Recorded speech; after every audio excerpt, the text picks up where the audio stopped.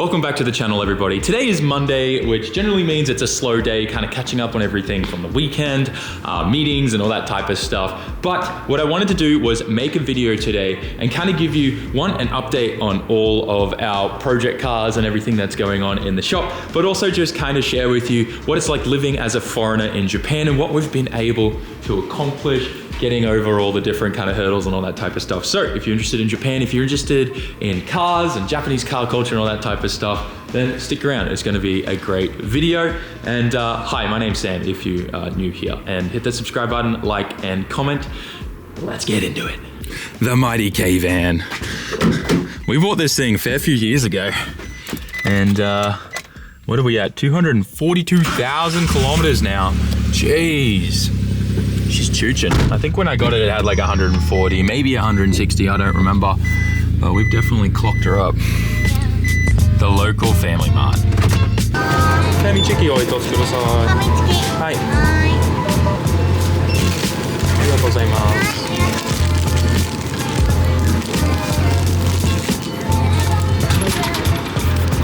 And we're back at the HQ. It's winter pretty much now, well, maybe the tail end of autumn, but it's only 6 o'clock and it's pretty much dark out now. It's kind of crazy. If you've been to Japan, there's no way you don't know what this is. This is called a Fami Chiki, Fami for Family Mart, Chiki for chicken. And it's essentially just deep fried chicken with a batter.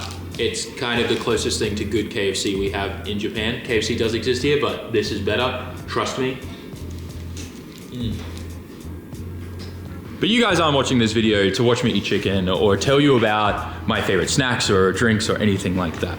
But next year marks my 10th year in Japan, which is wild because it's gone by so fast. And I've gone through so many ups and downs. And I think anyone who's ever lived here for this period of time knows exactly what I'm talking about. You definitely go through like periods of like, you know, there's the honeymoon period, there's the, oh crap, what have I done period. Then there's the, you know what, I'm making it work period. And then there's like the grumpy kind of salty period. And then there's just kind of the like normal life period. And we're definitely reached that point, I feel. Next year is stacking up to definitely be one of my biggest years yet, and I'm really excited to have all of you on board for the journey, and also those of you that have been there from the start. If you're coming in now as well, it's absolutely a dream. So how did we get to this point? What is going on? How many cars do we have? And let me just kind of run you guys through that. For those of you that are OGs on the channel, just kind of put the video on 2x speed. But how we got to this point, I've kind of always had an interest in cars, but it wasn't until I watched Fast and Furious Tokyo Drift, maybe it wasn't even Tokyo Drift, no, I think it was, that I really started kind of like wanting to get into Japanese sports cars and kind of get a Skyline or a Supra and all that type of stuff, right? You guys kind of know the backstory of that, but that wasn't actually the reason why I moved to Japan. When I moved to Japan, I'd kind of already internally just given up on the car community and cars in general, and was just like, I just wanted to go somewhere where I felt like I belonged, if that makes sense. I started doing a bunch of trips over here before I had come to that conclusion, and I was coming here so frequently. I was even just coming here for weekends. I was into snowboarding and all that type of stuff. I had a whole bunch of friends here. I was a part of this really awesome community, and it just kind of like made sense eventually where I was like, I should really move here. Decided to move here, found a job, found a place to live, a share house and all that type of stuff. And then shortly after that, I actually ended up meeting May, who now is my wife, and everything kind of cascaded from there. But long story short, I moved to Japan because I kind of wanted a fresh start, and it's really hard to describe, but essentially I just felt like I was meant to be here, if that makes sense. So from there, I'm this fresh Australian guy that's just moved to Japan, enjoying the honeymoon period. Everything's blissful, you know, enjoying the culture, enjoying all the little things, freaking out over everything, and just like, wow, it's so much better here than what I'm used to back home. And you know, about a year later, I get married to my wife. From there, you know, things start to get a little, I would say, like culture shocky, and like also a little just hard, because you know, working culture here is so different. Even though you might work for a foreign company that's, you know, a company like Google or something like that, right? That's just an example. I didn't work at Google, but like a foreign owned company that resides in Japan, and there's a bunch of foreigners there that speak English and everything like that, and you're not required to speak Japanese. But even though working there, generally all the direct management are Japanese, and they still expect some kind of Japanese kind of work culture there. And if you just type on Google, Japanese work culture, that'll answer all of your questions. Black companies are a big thing here. You don't get paid properly. They expect you to be there from like, you know, 8 o'clock in the morning to midnight and crazy stuff like that. Now, while I never necessarily dealt with that scenario per se, but there was a lot of pressure put on me to kind of fit into this box that I obviously didn't fit in. To be completely honest, I don't really fit in most things in Japan, being 6'3" or 193 centimeters tall. This is a regular occurrence for me. Anyways, that aside, so I didn't really find my place in the workforce. At that point, I had started uploading some fun videos here and there to YouTube, but never took it seriously. You know, there's a couple, I think my first upload is a video of me snowboarding and just goofing off and having fun with a friend.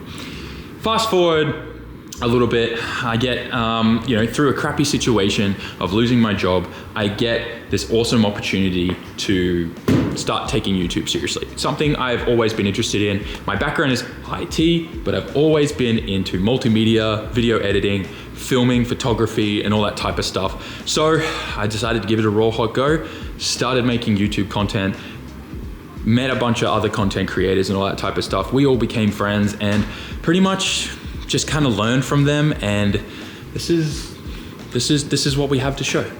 This is it.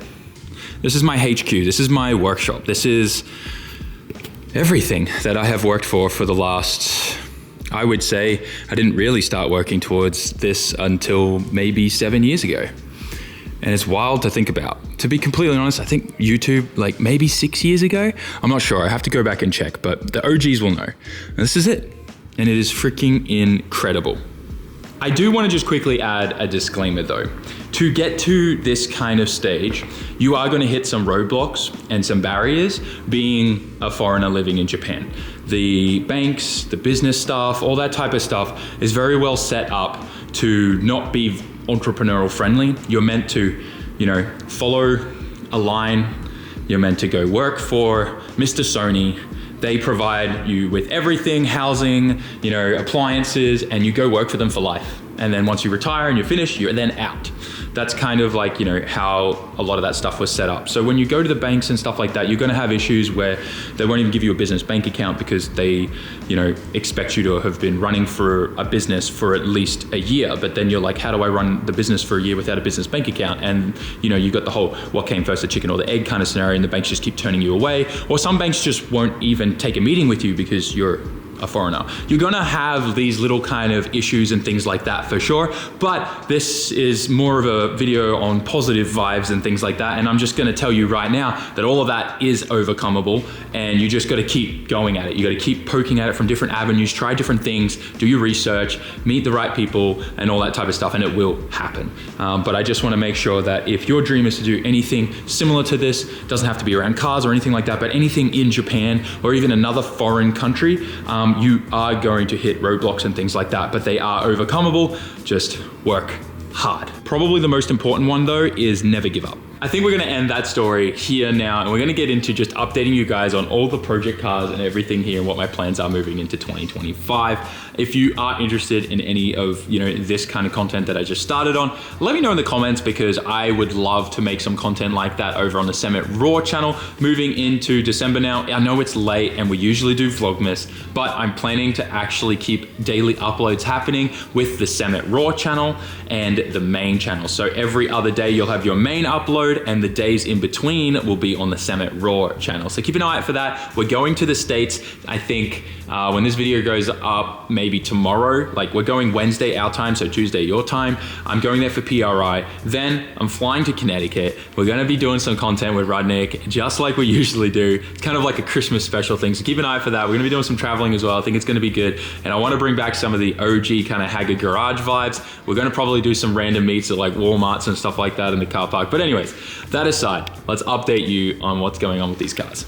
This is the 33.4 Skyline. We call it that because it has the 34 front end on the 33 Skyline. This car was super special to me. It was the first car that I bought and registered and owned in Japan. There was a white R33 before this that I actually bought at the auctions, but there was a huge issue with that where the paper was actually missing for it and the auctions had to take the car back off me. I was devastated, but it then led to me being able to buy this car, which was the first car I was interested in buying in Japan, and I ended up getting more money back from the auctions because they kind of compensated me for the hassle, which then allowed me to buy this car in the first place, which was just a freaking miracle, and it was meant to be.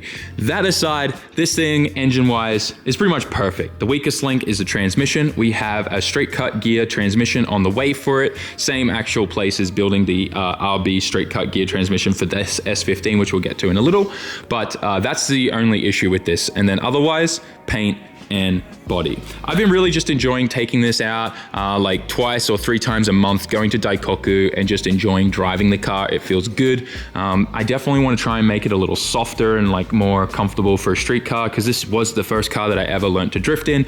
Those of you who have watched the channel for a long time know that this is the first car I ever kind of started working on here in Japan. There's tons of videos of me lying on my back in the driveway, working on this car in the pouring rain to make drift events, and this is kind of like the OG car that started the channel, essentially. So this is a special car, and it needs paint and body bad.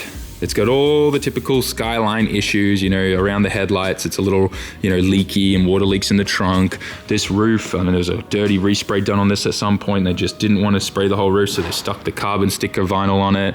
It's rough. And I think we're going back to a 33 front end on it too. I think I bought it with the 34 front end on there, and I want to go back to the 33 one. I think we're gonna make this a 33, like a proper 33. So that's where it's at. It makes 500 horsepower, 500 torque. It is a monster, and it's enough to get you in trouble with on the street. Moving on is to probably, like, this is the OG car of the channel, but I would call this almost the hero car of the channel, because this is the car that like everyone started to kind of find out about me with. We have a very close relationship with Oka-chan from Yashio Factory. He saw potential in me, and we built a car together, and he taught me pretty much everything I know in drifting. And kind of just started, you know, branching out after that. And now we obviously have the comp car, which I'll talk about because as you can see, it's not here. But this thing, that's also Oka-chan there in my door. But this thing is just waiting on that transmission I told you about. When that arrives, this all gets bolted up. We took the Z trans out. I hated how much vibration came through the SR. It made it pretty much undrivable on the street. I kept having misshifting issues. It's just not the trans that feels good with an SR. So I've gone to an RB with straight cut gears, first, second, third, and fourth. Fifth will be normal, so we can still cruise on the highways and not have any issues. But this thing, it'll make up to 500. That's kind of what I built it for, but I want this to be just like 450, and we're good. That's all we need. We don't really need anything more than like 420, 450 with this. This is gonna be a really competitive, fun grassroots car. Otherwise though, everything else about the car just needs paint and body, which is once the trans is in, gets dropped off at Yashio. I'll ask Oka-chan to replace the doors. Full new Golf R aero, the same aero that is on my competition car. And then this will essentially just become the street kind of fun car. You know what I mean? So that's where that's at. And I love this thing to pieces. Obviously, big origin story, and a lot of you guys love it too. Oh, I know there's a turbo missing off it, but it's on the shelf. Don't worry, I did some mock-up stuff. Bogan 32. This became what I wanted the abandoned 32 to become. And now I don't know what to do with the abandoned 32 Skyline that's out the front. Maybe what would be cool is we build that abandoned 32 out the front as like a replica of this car, and we give it away. That's what I'm starting to think about doing, but I don't know. I'm just curious. Let me know in the comment section, because this now ticks all the boxes, and I bought this car as a parts car for that abandoned 32 that's out the front. If you, hang on, maybe I should just show you guys, because it's, everyone's like, what happened to the car? Where is it? Why don't we see it anymore? Did you sell it? Did you scrap it? The answer is no, I didn't. I don't know what to do with it. We fixed this thing up. The whole rear back panel has been changed. The front radiator support has been changed, and it's just sitting here out the front of my shop, waiting for me to do something with it, ready to go. So I'm not really sure where that car fits in now, because I don't need two of them. Started to realize very quickly that two of every car model isn't great, and right now these S15s are this is like my third S15 here. That thing's sweating right now, because like, wait, Sam, no, you can definitely have more S chassis. 32 4-doors though, I don't really know what else to do, especially because this thing came out so perfect and I love it. And this is pretty much, I mean, we'll see, because this is gonna end up going down to Mayhan, being stored down there with Shane and Nalki. And we'll have a bunch of fun with this. If this thing gets turned into a tin can, well then we know the purpose for the 4-door 32 at the front when we'll shell swap it. But anyways, that's kind of like, this thing is great. It is 500 horsepower. Well, it's 420 is turned down to, but this thing makes 500 if I want it to, turning the boost up. It's so good. It's responsive. It's reliable. It's pretty much the same package as what we threw at that one, but this is the Series 2 R33 engine, the initial engine that actually came out of that 33, so it's even specialer.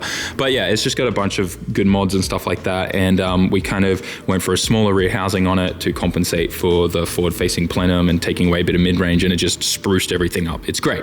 It's amazing. Don't need to touch it pretty much from here on in. Moving from there, we have our Grip Endurance K race car. This thing is probably about another day or two bit of wiring and work and a tune away from being shipped up to Misawa and left there for the endurance races when we do them twice or 3 times a year. It's a supercharger that we bolted onto the stock NA K6A engine with a Link Monsoon. It's super fun. I bought this car to pretty much just modify and have fun with and learn a bunch of tuning stuff, and just also like learn fabrication stuff, and it ticked all the boxes for me. We've had a lot of fun with it. As you can see, there's a nice intercooler sticking out there. This thing I think is going to do really, really well. Look at that freaking exhaust. It's on VSKFs for the memes. We also got some super grippy Yokohama grip tires.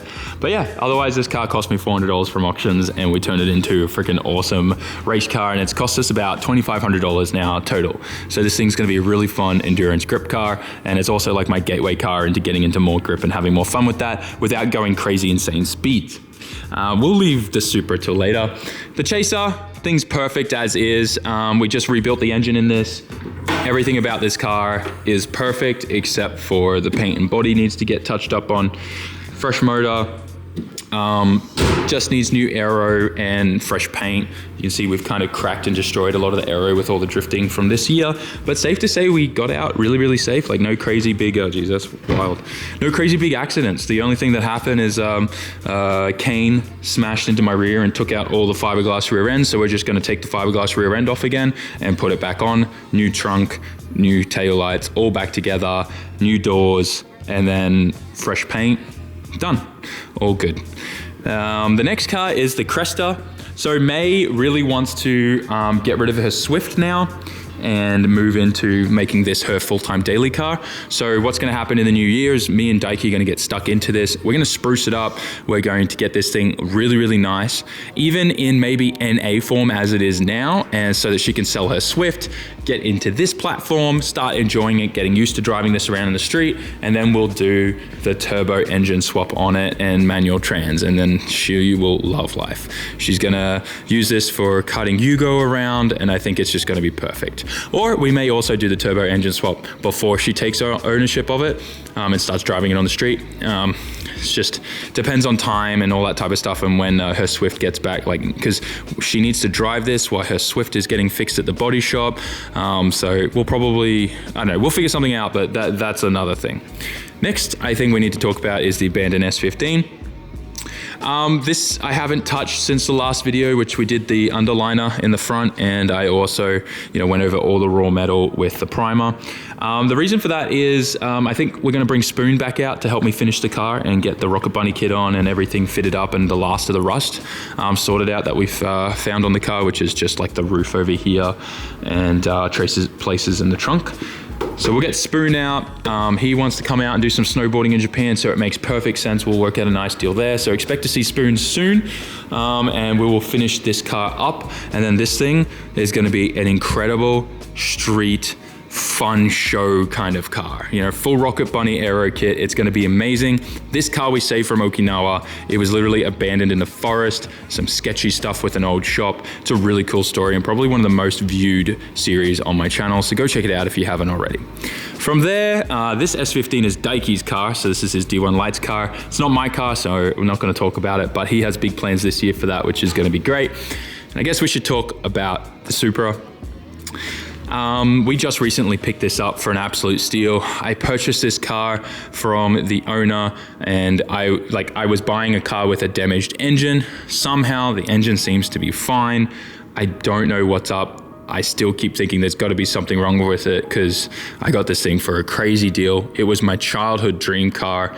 Now it's mine, and when it comes to modifying this thing, I want to make this thing just a really fun 700 horsepower street Supra.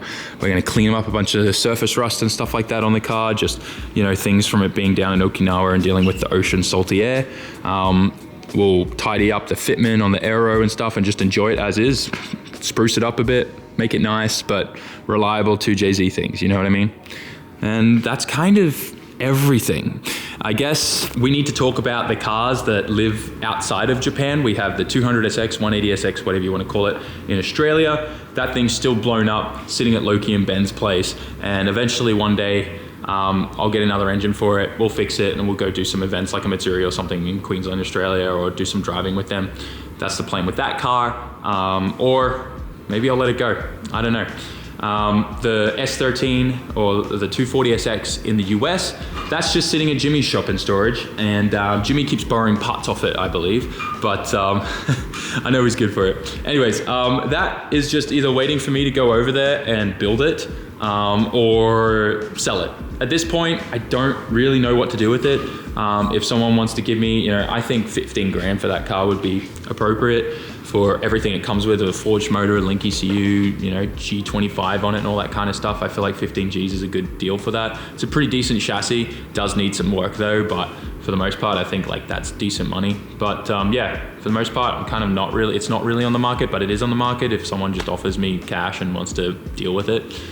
And then there's, oh yeah, I got the E36 at Adams Compound. That thing I forgot about until now. I still have that. I did try to sell it after we were done with the E36s because I just don't have a use for it except just rocking up randomly whenever I'm in Florida and shredding it at the compound with Adam. I don't know. If someone wants an E36, give me 6 Gs and it's yours. Fully set up, ready to shred, good to go, everything mint. It's an E36 and it's a beta. Go watch the videos. It's got rust holes in it, but I don't know. I'm probably not gonna sell it either. I'll probably just keep it there because it's just a fun, stupid car to shred and smash into people with. It's a missile. The Boss Ozoku pipes, oh, I forgot about that. And then my comp car, I guess completely forgot about it because it's not in front of me. My comp car is currently up north at Misawa at Rob's shop.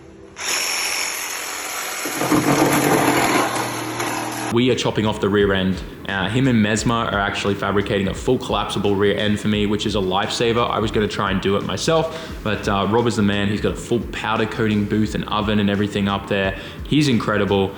If any of you guys actually want powder coating in Japan, it's hard to find people that can do it and have all the different colors and stuff. He's like the only person I know that does it. It's Big D's, the shop. I know it's a meme of a name, but Big D's. If you search that, you can ship stuff to him even if you're not up north around Misawa base, but he will do everything for you. He has a huge shop, 3 stories, cranes cars up to the other stories and works on them. He's putting lifts up top and stuff. It's a wild shop. There's a video on that too, and we did like a wrecking ball scene where I was lifted up with a harness and swung around the whole place. It's awesome. Anyways, He's an awesome dude. I think his YouTube channel is called Cheeseburger Racing. They might put out some content of chopping up my car, but I will do a recap video when we go check it out. So comp car, we also decided on a new engine package for that car for next year. So Formula Drift is looking really, really fun for us in Japan next year. And some international series stuff too, which I think you guys are gonna be really excited about to see. That aside though, that's kind of where we're at. Giving you an update on all of my cars. A little bit of a recap on how we ended up here and all the hard work. And yeah, I don't know. Thanks for watching. Thanks for liking, commenting, and subscribing. I hope you enjoyed this talking video. That's where we're kind of at. Have I forgotten any cars? K-Van, we kind of already gave you an update on. That thing's still chooching. I feel like I'm forgetting a very important car. Maybe I am. Am I? I don't know. I can't think of anything else right now. But like, comment, share, subscribe. I'll see you in the next one. Peace.